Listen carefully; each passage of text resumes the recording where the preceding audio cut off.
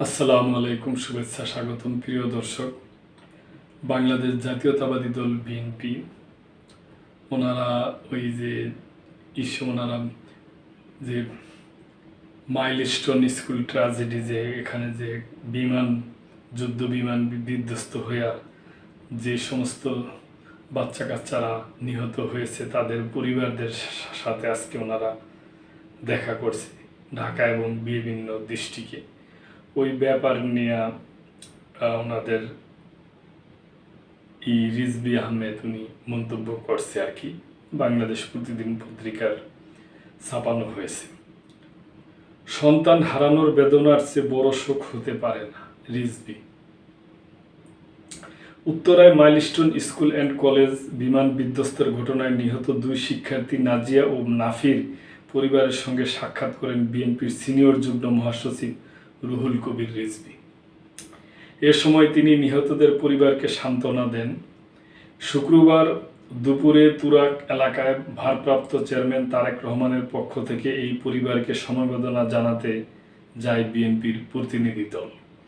রিজভী বলেন, milestone college বিমান দুর্ঘটনার পর থেকে দলীয় ভারপ্রাপ্ত চেয়ারম্যান তারেক রহমান নিহত ও আহতদের খোঁজখবর সার্বক্ষণিক রাখছেন। তিনি আরও বলেন, সন্তান হারানোর বেদনার চেয়ে বড় শোক আর কিছু হতে পারে না। এ সময় শহীদ দুই ভাই বোনের পিতা আশরাফুল আলম বিএনপির সিনিয়র যুগ্ম মহাসচিবকে কাছে পেয়ে আবেগ আপ্লুত হয়ে পড়েন।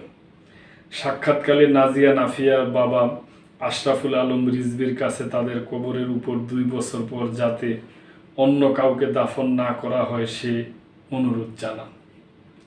রিজভী পরিবারকে সান্ত্বনা দিয়ে এই বিষয়ে সংশ্লিষ্ট কর্তৃপক্ষের সঙ্গে কথা বলার আশ্বাস দেন।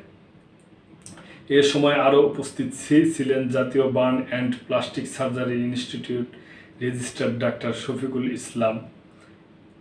শরীফুল ইসলাম, জাসাসের যুগ্ম আহ্বায়ক জাহেদুল আলম হিটু, কেন্দ্রীয় ছাত্রদলের সহসভাপতি ডাক্তার তৌহিদুর রহমান আউয়াল, উত্তরা আধুনিক মেডিকেলের doctor Muntasir, doctor Tasin, doctor Musaddiq প্রমুখ। তো প্রিয় দর্শক, আমরাও মনে করি এটা ভালো উদ্যোগ।